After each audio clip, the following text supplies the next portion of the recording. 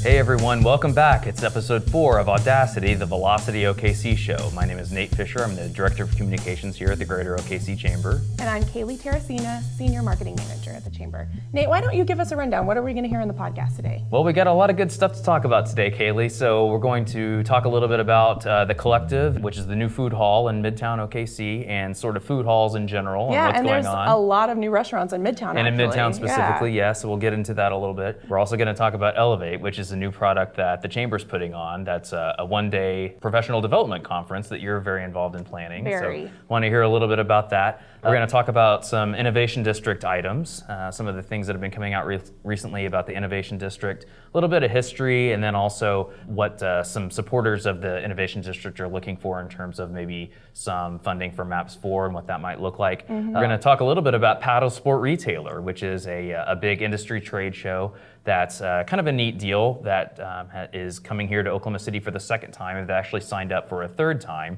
So we're going to talk a little bit about that. We have a new Oklahoma City Welcome guide that's out that we wanted to mention. We're ready to welcome everyone. Talk a little bit about that too. Sasquatch Shaved Ice. Sasquatch is hard and but also very fun to say. Sasquatch Shaved Ice.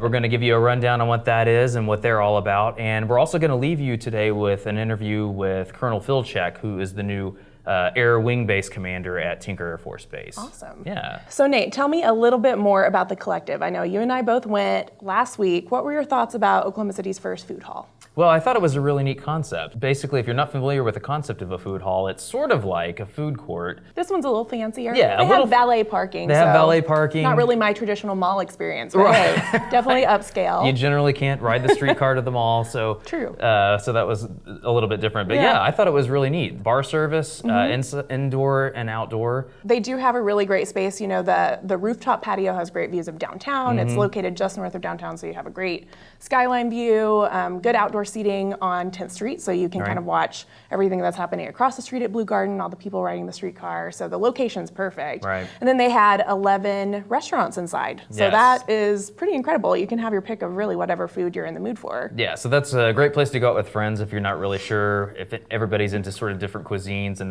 that sort of thing. You don't really have to decide, which is great if you go to a place like the Collective. And they had donuts, coffee, so you can do like an early morning meal, you can do your late night cocktails, I mean all of the above, really, anything in between. So what did you have while you were at the Collective? I had barbecue, and it was incredible. It was mac and cheese with brisket and bacon. I mean, really, how can you go wrong with any of those three things? That sounds very good. It was delicious. What about you? Did you try anything? Yeah, I had a Dutch baby, which was, look that up if you're not familiar, but that's a good place. I would recommend it. And then I also had a couple donuts. Our coworker Summer, she had a donut that had actual fresh strawberries in the icing that looked incredible. I didn't try it, but definitely want to go back for that for breakfast someday. It was great, yeah. But the Collective is not the only food hall that's coming to Oklahoma City. I know there's at least one more in development that's opening soon. Correct. There's one that's going to be called Parlor OKC, and that's going into the Central Exchange development. And if you're not aware of that, that's a new development that's happening in Automobile Alley, mixed use. They're renovating a lot of older buildings. I believe that's on 6th Street,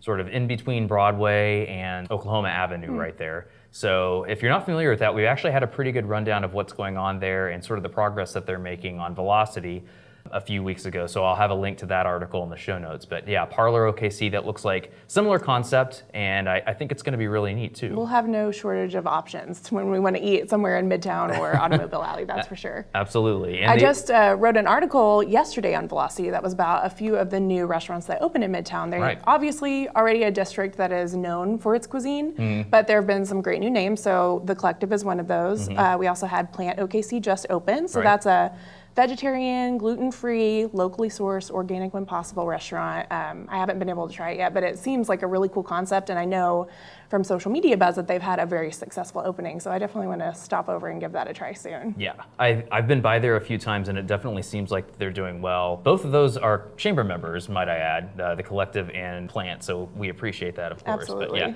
so far so good on both of those concepts. So yeah, if you haven't been to Midtown lately, it's a good time to check out some of the new things. Yeah, and if you need to read a recap of that, check out velocityokc.com. We will have a link to that article in the show notes. So Kaylee, let's transition a little bit from kind of food to more professional type stuff. Okay. So tell us a little bit about Elevate. So Elevate is the Chamber's newest event that will be on Wednesday, October 23rd, and it is going to be a day-long of professional development. We actually started thinking about this event about, I would say, 2 years ago at this point, when we were hearing from a lot of our businesses that they want to invest more in the professional development of their employees, but it can get expensive. So they were having to send a lot of people out of market to get good training for soft skills or industry-specific training that they needed. And so the Chamber decided to step up and plan a professional development event that would meet those needs. So this is one of the largest events that the Chamber has really ever undertaken, and it's going to be really exciting to see it all come together. We're going to have more than 50 breakout sessions, 3 keynote speakers, and yes, I'm the one that's kind of gathering all those names. So it's been definitely an undertaking and keeping me busy for sure. Yeah. But I think it'll be really exciting. We're just really starting to promote it. So if anyone's interested, the breakout sessions to me are kind of what's most unique. So we have different tracks. Right. Whether you're a new manager, maybe you're a small business owner, maybe you are a new employee, all of those have breakout sessions that are geared towards the needs of those audiences. And so I think it's going to have something for everyone. Right. You can learn more about that at okcelevate.com, or we do have an article on Velocity with more details. Right. Yeah, and I think the tracks idea is a really good one if you want to kind of get really specialized skills. But the cool thing about it too is that you're not necessarily locked into a particular track. No. You can really choose whatever sounds the most interesting to you. We wanted to provide a way for people to have a little guidance if they were overwhelmed, because 50 breakout sessions is a lot. And so being able to decide which path is best for me for this day, how do I get the most out of my investment, that can be overwhelming. So we wanted to give people guidance but not force people into a particular track. So it's a good starting place, but you can really read over all the sessions and choose what speaker or topic speaks to you the most and go from there. And another unique thing about it is we will have an after party. So, you can't have a high energy day of learning without high energy partying afterwards. It's going to have an Oklahoma City flair. We're hoping to have lots of Oklahoma City restaurants and breweries on hand to give samples. So I think it'll be a really good way to end the day. Absolutely. And the other cool thing about this is too, if you've been wondering about where Schmoozapalooza has gone, this is transitioned into the after party for Elevate. Exactly. So if you're missing your Schmoozapalooza action, you're schmoozing and you're paloozing, this is where you want to go, right? Yeah, Schmoozapalooza, we had the last one of those networking events last year. So if you're a company that had a booth there and you really want that opportunity to interact with individuals, we have booth opportunities available, of course. I mean, it's a great place to network. And like I said, it will have an Oklahoma City flair. So we're trying to bring in as many unique retailers, restaurants, et cetera, so that it has a very distinctive feel during the day. And do you guys have a particular craft beer sponsor? Not yet, but we have a few chamber members in mind for that. So TBD, I'll let you know. Very cool. Maybe I'll have you help me recruit some, since you have some friends there. But sounds good. I'll definitely do what I can. One of the breakout sessions is all about entrepreneurs. And of course, one of our strongest entrepreneurial sectors is in the Innovation District. That's what it's all about. So tell me a little bit more what is planned for the Innovation District and the things that they're proposing for a potential MAPS 4 project. Right, and just to give a little bit of an overview and a brief history of the Innovation District, if you will. This really started in 2017 when we had the Brookings Institution and the Project for Public Spaces people come in and do a study, 2017, and they were looking at the area that roughly comprises the Oklahoma Health Center, Presbyterian Health Foundation, OUHSC, a lot of those biotech-related entities there, kind of just to the south of the state capital area, as well as Automobile Alley. Right. And really what the idea is to look at ways that you can create connections between entities and people. Right now, it's not a very walkable area, but there's still a lot of good innovation and entrepreneurial activity that's going on there. And so the idea is that if you can create some ways that people can connect with each other, that would actually do a lot to foment some new ideas and new entrepreneurship, new startup activity, new research, and that sort of thing. Absolutely, so that's kind of what the idea behind the Innovation District is about. And so just recently, a couple weeks ago, a land use and strategic development plan was introduced, and basically that said that if we could implement the first phase of this land use and strategic development plan, the district has the potential to create more than $1 billion in annual additional economic impact and generate $423 million in additional annual labor income. Wow. So there's potential to be a really good ROI in any kind of investment you make in the area. And so that plan was done by a firm named Perkins & Will. they're pretty well regarded in this space for doing these types of plans, putting them together, and resulting in successful innovation districts. So that was another good get on the part of the innovation district folks. And with MAPS 4 coming up, we obviously have an opportunity to kind of consider some of those investment opportunities and maybe make them come into fruition. So that's really exciting. Exactly. So 2 episodes ago, I believe in episode 2, we did a rundown of some of the MAPS 4 city council workshops and kind of give you a rundown of what all those look like. And so we mentioned this at the time, but yeah, so since then, those city council workshops have been concluded. Did you get to watch any of those city council off MAPS and on, workshops? But some of them were a little lengthy, so I wasn't able to tune in for the entire thing. But I know there was a lot of great discussion, a lot of good ideas, so I'm excited to see what the council does with it. Those are all online. Those are rather lengthy, but you can, I guess. They made it as transparent as possible, so even if you weren't able to be there, I know all of those are online, so you can go back and watch. I believe that the Innovation District presentation was the last council workshop on the 6th. It was on the last workshop day of August. So it was kind of exciting to see what they presented and the potential for Innovation District, because I know at the Chamber we've been able to work with that district pretty closely since they started the study in 2017, like you said. So yeah, I think it's good potential for some really good development there. Right. And so the pitch that the Innovation District supporters made for MAPS 4 was really comprised of 4 different things. And so $20 million for an innovation hall and related infrastructure, $15 million to renovate the Henrietta B. Foster Center, which is a community center, into a small business and entrepreneurship hub, $5 million to update Booker T. Washington Park, also put in some new park features that, again, would help kind of bring people together and create some more connectivity. And also $30 million for an expanded 10th Street Bridge over Interstate 235, and then another $30 million in operational fund for programming and operations purposes. You know, one thing that the original Innovation District study placed a big emphasis on was placemaking, just giving people the opportunity to have spaces where they can collaborate. And so a lot of these facilities that this plan calls for really makes that possible, which is the most exciting thing from my perspective, just giving people the opportunity to collaborate, having people in the park, in these centers. I think that's really exciting. Right. And to be fair, the Innovation District folks have really done a pretty good job creating some new programming with the resources that they have right now, which are not a lot. Right.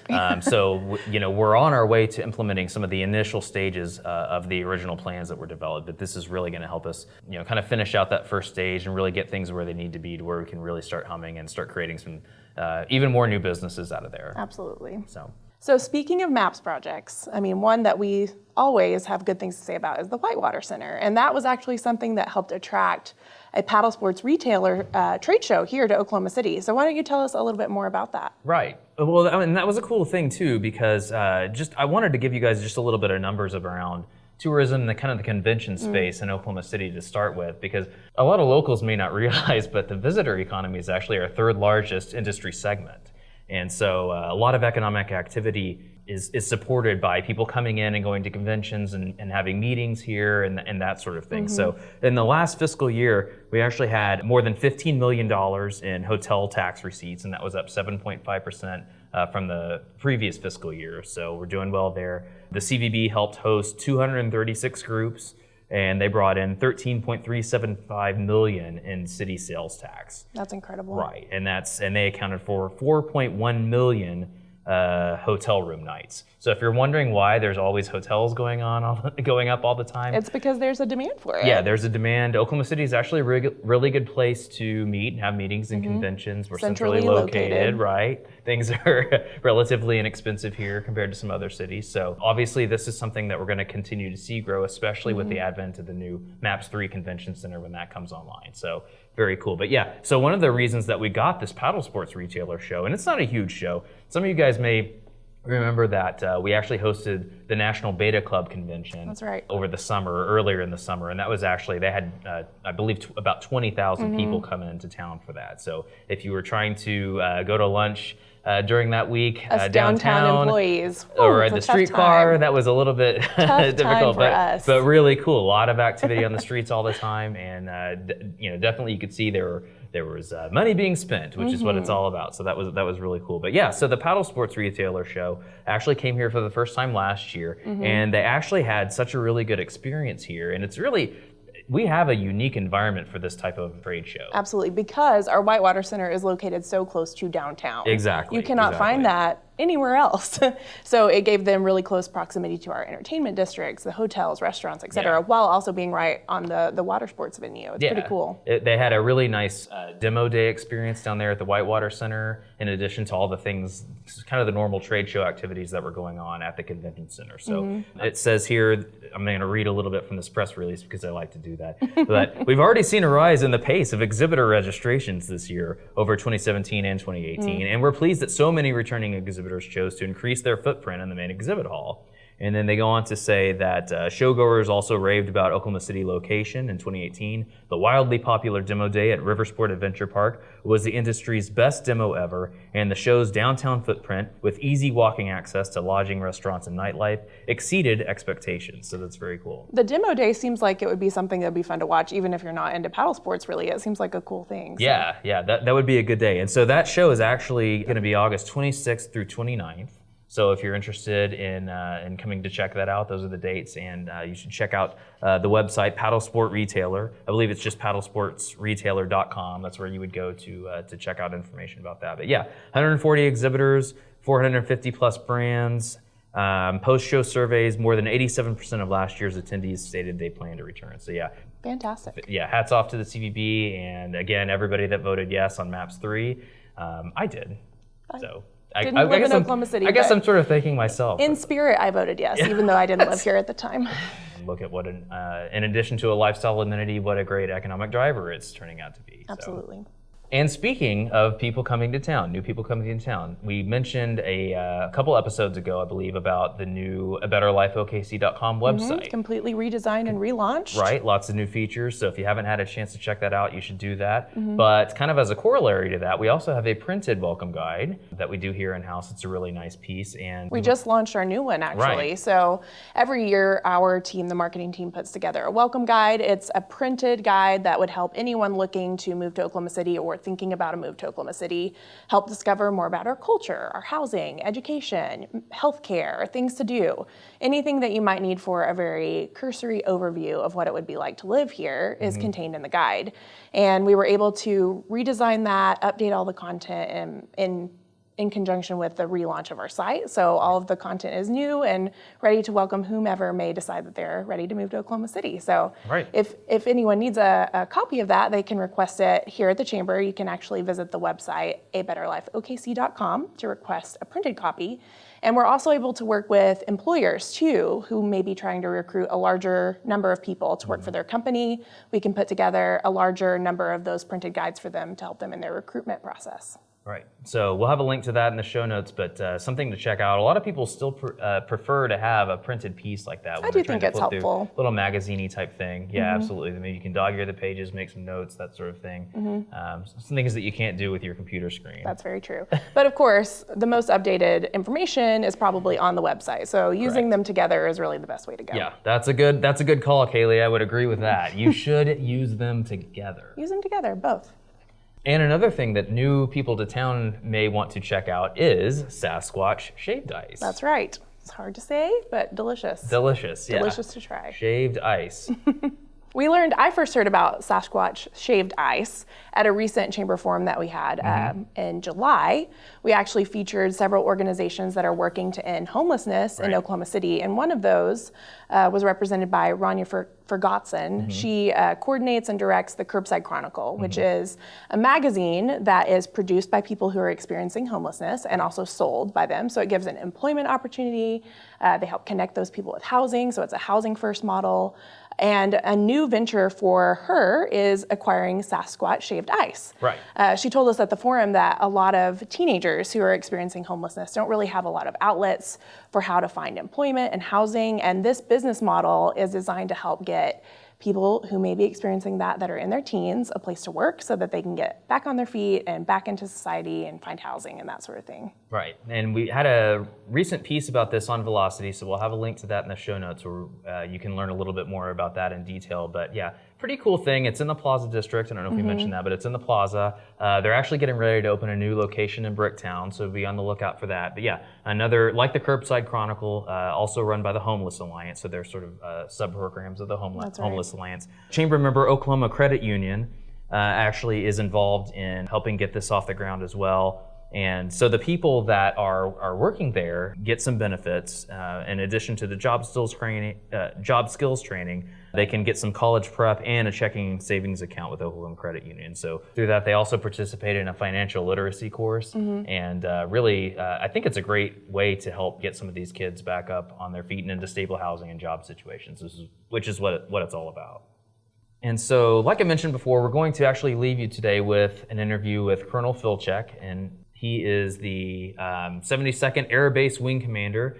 This is a position that's kind of informally known around town as the mayor of Tinker, but he's basically the boss as far as Tinker Air Force Base is concerned. And he just came into that command a few months ago, correct? Very recently. Yeah, very recently. Less than 90 days. I think maybe just a little over a couple months is how long he's actually been on the job. He's actually had a nice little run-up or a runway period, if you will, here where he was in town but not formally in charge. So there was a nice little transition between Colonel Bell, his predecessor, and him. He talked a little bit about that in the interview, but yeah, really nice little interview with him. But that also gives us a chance to mention that we've had a couple of really nice pieces recently on Velocity about Tinker and kind of the history and what all goes on there. A lot of people may not know there's so much activity happening behind the fence line at Tinker, and a lot of really cool and interesting history. Oh, absolutely. One of my favorite articles I've written for Velocity are the everyday heroes of Tinker. So I just worked with the base historian to talk about random civilians, people who served in the military, stretching all the way back to when Tinker was founded in the 40s, highlighting a little bit of how they contributed to the base. So. Right, and lots of cool things going on, so we're going to leave you with that. You may not be aware, may or may not be aware, but Tinker is going to be the new home for KC-46, maintenance and sustainment, so there's a lot of building projects going on there, and that development, when it's complete, is actually going to support 1,300 new Oklahoma City jobs. That's right. Just for that. And Tinker was also recently named to be the home for maintenance and sustainment for the B-21 Raider. And that's going to start in the mid-2020s and kind of go on through there. And I don't know if you guys have seen a picture of this. We'll actually show this to you if you're watching the video version. But that is a badass-looking airplane. Scary, badass, all the same, yeah. It looks cool. It's B.A. Baracus, for sure. A couple of quotes here that I liked from that interview. Colonel Filcek, he said that he liked Oklahoma City because of the people. That was one of the first things that he said. And he was also impressed with how much there is to see and do here. And he said that he was looking at a dramatic increase in what the base is poised to support with all the new building projects and new programs that they have going on there. Tinker is the largest single-site employment center in the state. That's correct. So it's a huge economic driver for Oklahoma City. It's really kind of the hub of our aerospace industry. That's exactly what I was going to say. So many of our private aerospace firms are working on contracts that support the work of Tinker. So it really makes a nice ecosystem of aerospace activity. Right, and beyond that, he went on to say that Tinker is really the leverage point of American air power. So that just goes to show you and tell you a little bit about the importance of Tinker, not only for Oklahoma City, but for our nation's military in general. So that's pretty cool. So we're going to leave you with that. We also wanted to let you guys know that probably before the next episode is released, we're going to know a little bit more detail about what the MAPS 4 projects are going to be. So we've talked about that before in episode 2. That's right. So be sure to stay tuned to Audacity and get subscribed and all that if you're not already, so you can stay up to date on all the MAPS 4 projects and what all those are going to entail. So we'll we're have pretty lots excited. to talk about over the next few weeks. We'll have lots to talk about when it comes to maps. The joys are the people. Ever since I took the position about 65 days ago, I have just been blown away by the quality and the investment of the entire workforce. So the KC-46 campus is a pretty dramatic campus. It's if you remember, the building 3001 was a Douglas manufacturing plant that was then converted for a number of purposes as we went through the depot operations. Probably the Air Force's epitome of smooth machined depot operations in terms of how they conduct their business. But a lot of people who haven't been here don't know they take off the tail to use 3001. And what we have with the KC-46 is a purpose-driven campus for KC-46. It's going to have multiple facilities that have multiple uses because you have unique facilities for corrosion. You have neat facilities for fuels. We'll have facilities that are for corrosion and for fuels and for both. allowing for the kind of flexibility the depot hasn't had in the past and planning for that up front. So that's an exciting prospect, and we'll be ready facilities-wise for the first C letter checks to come in on the KC-46.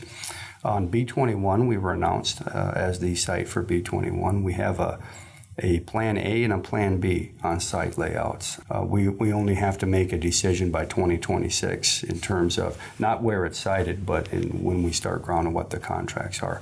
So a lot of time to work on that, but not a lot of time if we don't work on it now. So we're working on it every single day, getting in front of the two options, and we expect that by this time next year, we'll have it absolutely ironed out on where that goes. But we're looking at a dramatic increase in what this base is postured to support. I call Tinker the leverage point of American Air Power because of what it provides from the depot operations and from the multi-service alert commitments that they have.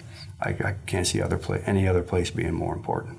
You know, we can talk about the economic impact of the depot being over $34 million a year. We can talk about the different numbers of what Tinker means to the community, but I can't really speak to that. The community will speak to Tinker's importance to the community, but I can tell you the community's importance to Tinker.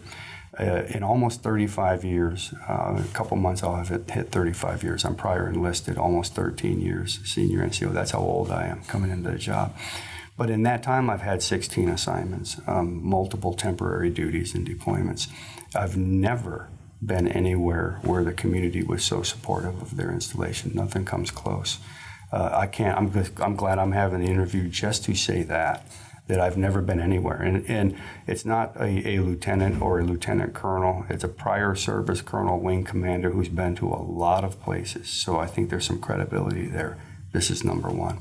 That said, it's on a number of fronts. It's how the businesses treat the military members at what I call the point of execution. That's spectacular.